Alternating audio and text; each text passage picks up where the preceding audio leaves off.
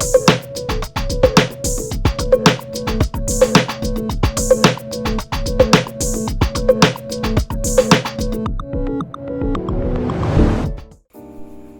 selamat datang di channel Kang Santai.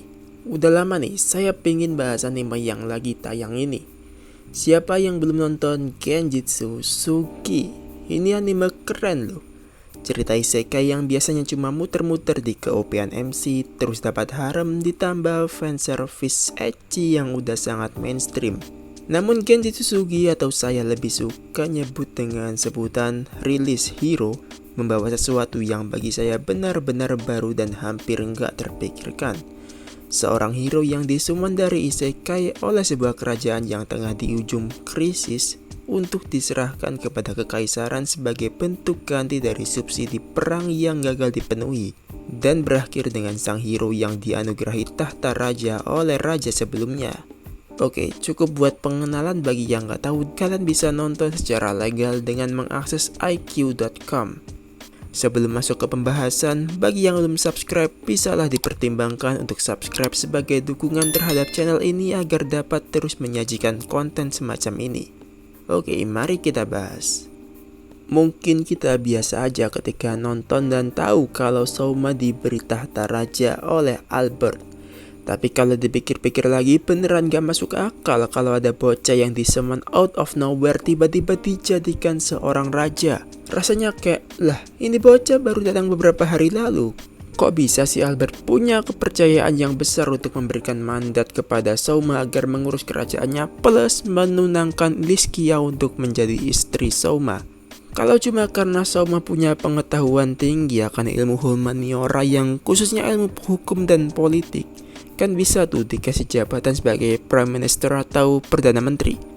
Untuk menjawabnya, ada sebuah kisah yang diceritakan Albert kepada Souma pada volume 4 tentang sebuah dunia, sebuah kerajaan, dan seorang raja bodoh.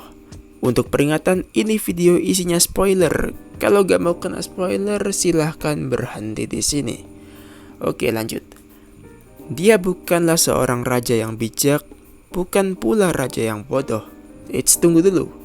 Kalau bingung kenapa tadi dibilang bodoh sekarang enggak? Kalau yang pertama itu mungkin Albert pakai POV dirinya, sedangkan yang kedua POV-nya berpindah ke skala yang lebih luas. Kemungkinan merupakan POV dari rakyatnya. Dia tidak memerintah dengan bagus tapi juga tidak buruk. Saat dunia berada dalam damai, dia dipanggil sebagai raja yang baik dan tanpa punya salah. Namun pada masa itu, muncullah wilayah Demon Lord dan menyebarkan kekacauan pada dunia. Peperangan tidaklah mencapai wilayahnya, tapi kerajaannya tidak terhindar dari krisis ekonomi dan pangan, dan sang raja tak mampu mengatasinya. Suatu hari ada perintah dari kekaisaran di barat untuk mensummon hero. Ritual sukses dan datanglah anak dari isekai. Karena ritual berhasil, sang raja pun bingung. Apa bener nih harus dikasihin ke kekaisaran? Karena anak ini satu-satunya cara untuk memenuhi perintah dari kekaisaran. Lalu si anak berkata, kalau pengen ngelawan Demon Lord, ya lu harus memperkaya ini negara sama nguatin militernya. Kisahnya mungkin sangat mirip sama kisah Souma dan Albert. Tapi mulai dari titik ini ada turning point yang besar. Dengan luasnya pengetahuannya, si anak ini diangkat menjadi Perdana Menteri sama si Raja. Ini dia yang paling membedakan antara kisah mereka. Dengan bantuan si Perdana Menteri muda, kerajaan itu mampu mengatasi masalah finansial dan pangan yang ada. Tapi nggak selancar itu. Para bangsawan koruptor nggak suka sama si Perdana Menteri ini. Ya make sense lah. Karena reformasi yang diusung sama si Perdana Menteri ini membongkar semua aliran dana gelap demi melancarkan reformasinya.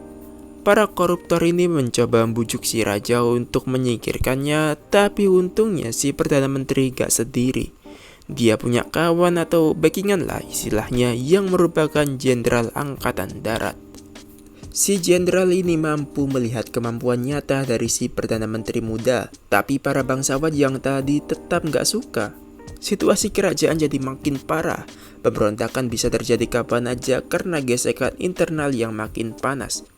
Lalu rajanya mikir, si Perdana Menteri mungkin memang berbakat, tapi dia punya terlalu banyak musuh, dan ini dapat menyebabkan perpecahan. Dengan berat hati, Albert mencopot Souma dari jabatannya sekarang.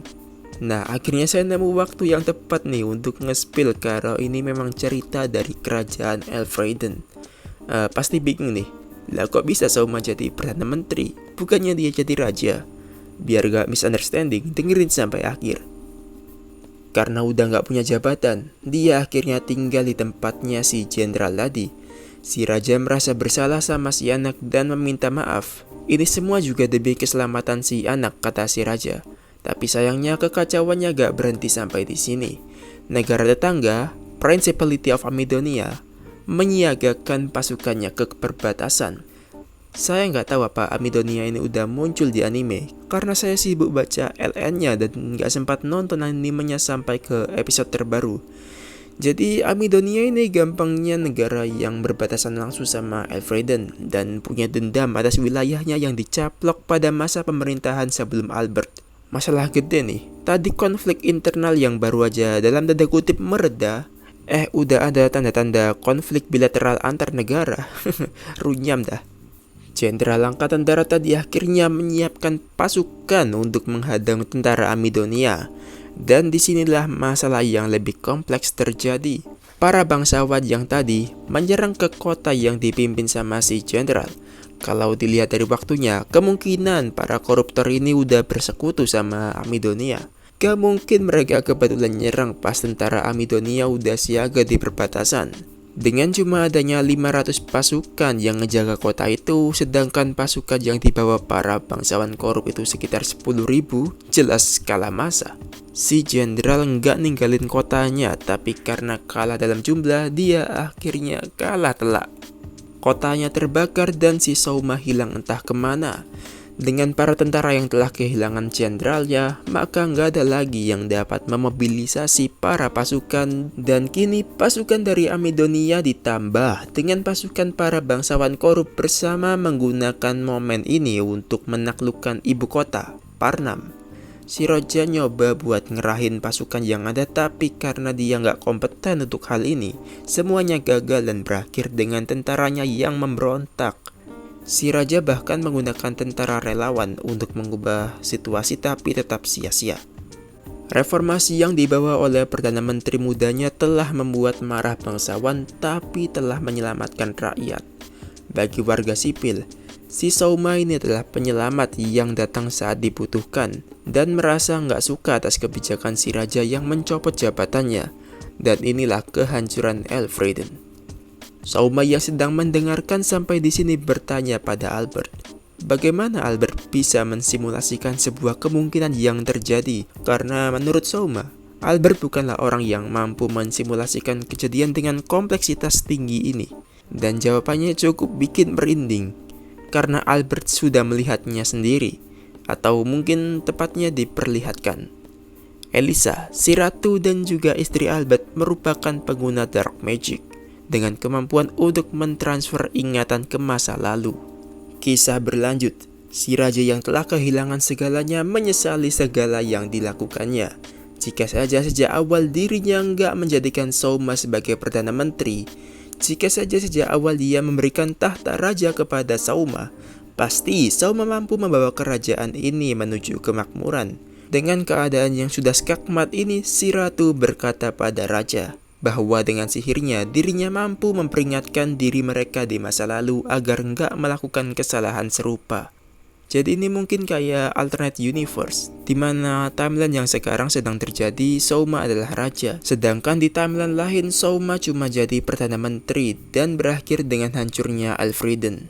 Lalu Souma bertanya pada Albert, kapan dirinya berpikir bahwa masa depan telah berubah? Jawabannya cukup heartwarming. Albert dengan yakin masa depan telah berubah karena Souma punya Liskia sejak awal di sisinya. Kalau di timeline yang satunya, Liskia itu jadi sekretaris si jenderal, si Carmine. Jadi pertemuan Souma dan Liskia adalah melalui George. Dan sama seperti di timeline yang utama, di timeline yang satunya Liskia juga mengakui bahwa Souma bertalenta dan jatuh cinta padanya. Bahkan saat Albert mencopot jabatan Souma, Liskia meminta kepadanya agar mengembalikan lagi Souma. Karena nggak berhasil, Liskia lalu pergi lagi ke Randall dan Albert percaya bahwa Liskia menghabiskan sisa waktunya bersama Souma. Dalam artian mereka berdua mati saat serangan ke Randall. Souma yang di timeline pertama juga sempat bertanya, apakah mereka menemukan jasad Souma dan Liskia? Mereka ini mengacu pada Albert dan Elisa pada timeline yang satunya. Dan karena Randall telah jadi abu, mereka nggak pernah menemukan jasad Souma maupun Liskia. Dan di sini Souma berkata, kalau begitu ada kemungkinan dirinya dan Liskia masih hidup. Kalau saja Souma sendirian mungkin dia akan mati. Tapi karena di sana dia bersama Liskia, dia percaya jika dia akan membawa Liskia pergi bersamanya untuk mengamankan diri. Kalau dirinya yang satunya memiliki kepedulian yang sama terhadap Liskia dengan dirinya yang sekarang. Ending yang heartwarming. Oke, begitulah pembahasan mengapa Albert sangat percaya pada Souma yang baru ditemuinya dan sampai memberikan tahta raja padanya. Terima kasih telah menonton sampai di titik ini. Maaf jika ada kesalahan. Jangan lupa like, comment, subscribe, dan sampai bertemu kembali.